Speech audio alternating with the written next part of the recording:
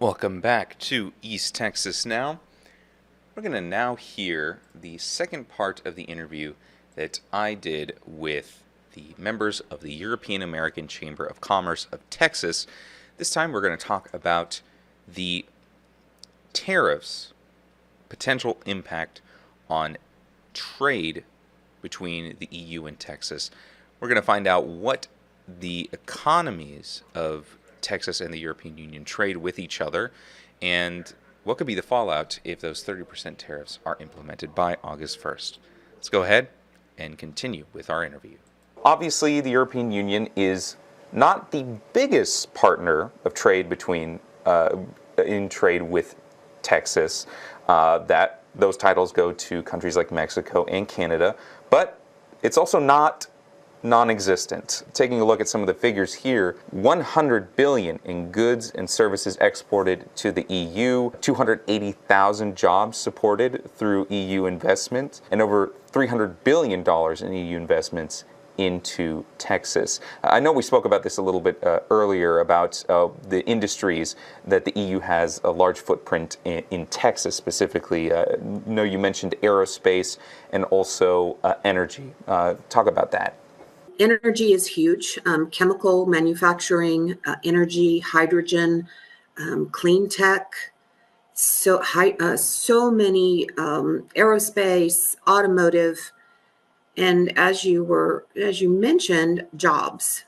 So if you just look at the 2023 figures put out by the EU delegation in Washington, D.C., the Texas combined exports of goods and services coupled with EU investment is over 400 billion, with close to 600,000 jobs supported by trade in goods and services, combined with the foreign direct investment through mergers and acquisitions.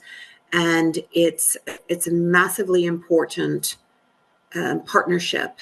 So if you think of companies, the oil companies like Shell, Total, so many that are very strong in Houston, create a lot of jobs and a lot of business trading. Now you have Germany, even the Netherlands. One of my favorite fun facts is how many times does the Netherlands fit into the state of Texas?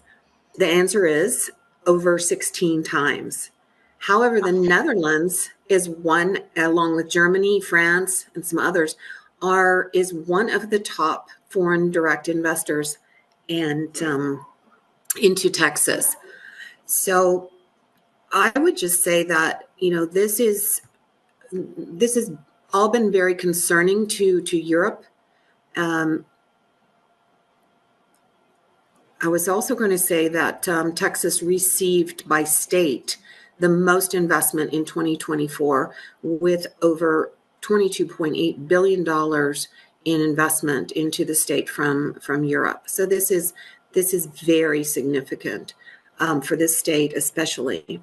And there is a lot of not only manufacturing like aerospace and chemical manufacturing, as I mentioned, the energy is huge, but look at wind farms and solar farms, and so much of that business that's been drawing this investment into the state of Texas is now we're now in fear of losing that, because the Trump administration has just cut billions in awards for clean energy and carbon capture projects, hydrogen, solar, wind, and Texas produces more clean energy, such as solar, wind, than any other state in the union.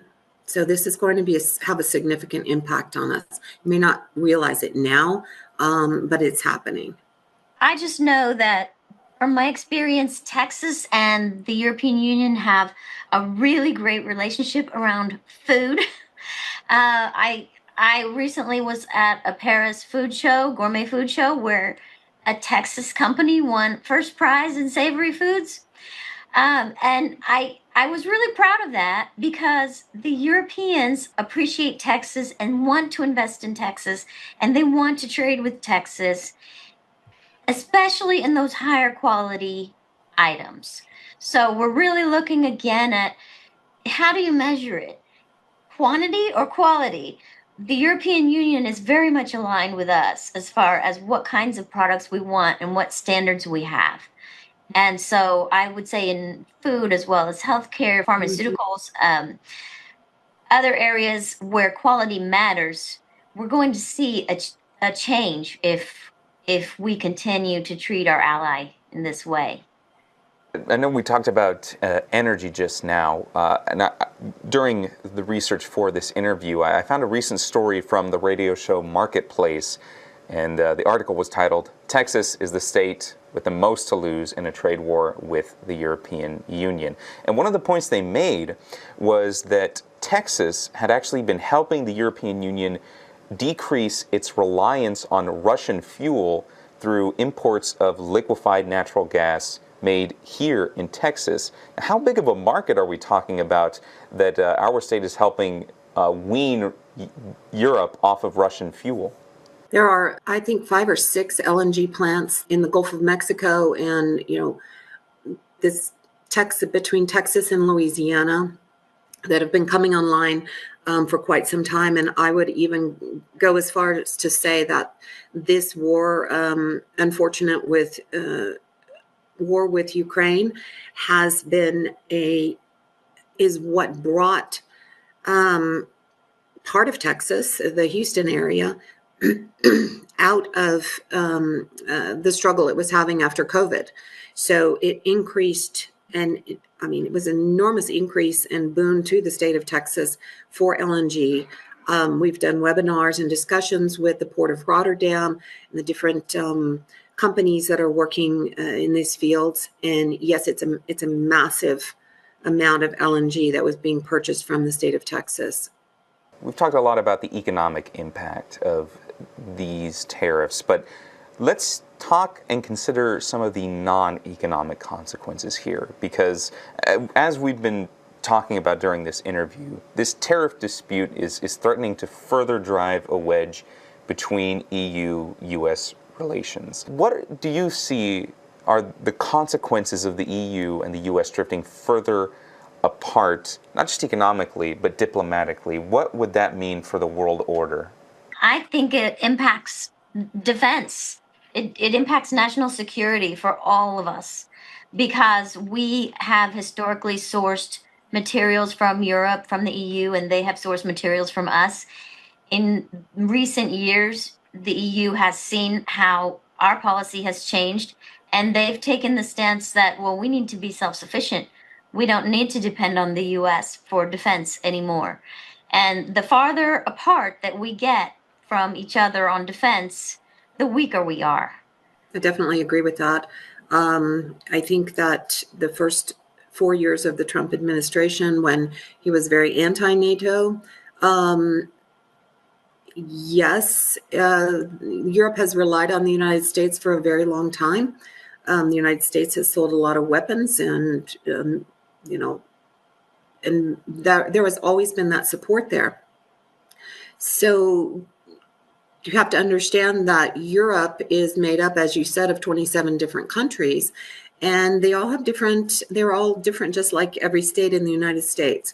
So some states like Texas and some countries have larger capabilities and capacities for munitions industries, and others have almost none. That's not what they do. They're more agriculture or Mediterranean. They don't really invest in weapons. So to say that each country must boost up to a certain percent would be like saying the same to the United States. Is Kansas or Indiana, very agricultural places, are they going to be able to support armaments? And you have to look at Europe the same way. So every state in the United States would be equivalent to every country in Europe, and you can't say that each one of them would be the same. So that's very difficult for them, but they have boosted enormously. They realize that they have to take care of Europe, and I think they're putting a lot of things into place. But those things don't happen overnight. Just like moving manufacturing from one country to another, this can take 5 to 10 years. It's a very long process and a very expensive process. And as you know, as what is one thing that's very different between the United States and Europe is that each of those 27 countries has to agree, and that makes it an even longer process. I just had one final question to ask you, and that is, what outcome are you all hoping for in trade negotiations? I'm hoping for a good outcome. I'm hoping for, I know that in fact, there are some great articles recently, today and yesterday, in the New York Times and other publications about this exact thing, and how hard the European Union has been working to come to an agreement, to, get to some place like a 10-10, equality position. And, there are, just like the United States, there are some things they can't back down from that are very important to them. This is normal. However, there's a lot of hope that they can come up with a really good agreement. And so that's what I'm hopeful for, because I know that's what the EU is looking for. I hope the same. I am hoping that we can come to some sort of normalization of trade relations again. We have a thing called most favored nation status in trade, and that has to do with, what are the countries that we can trust and we do business with. This has been always just taken for granted with the countries in the EU. And at this point, our trade relations are not they're not normalized. We don't have the most favored nations that we normally would have. And my hope is that we can somehow get back to that goodwill that we had before and bring back some normalcy to the trade relations so that it's not disrupting Texas business and US business as a whole. All right. Well, that was Erin McKelvey, President and CEO of the European American Chamber of Commerce of Texas, as well as Michelle Schultz. She is the managing partner at Schultz Law Firm, as well as the incoming board chairman for the Texas chapter of the European American Chamber of Commerce. All right.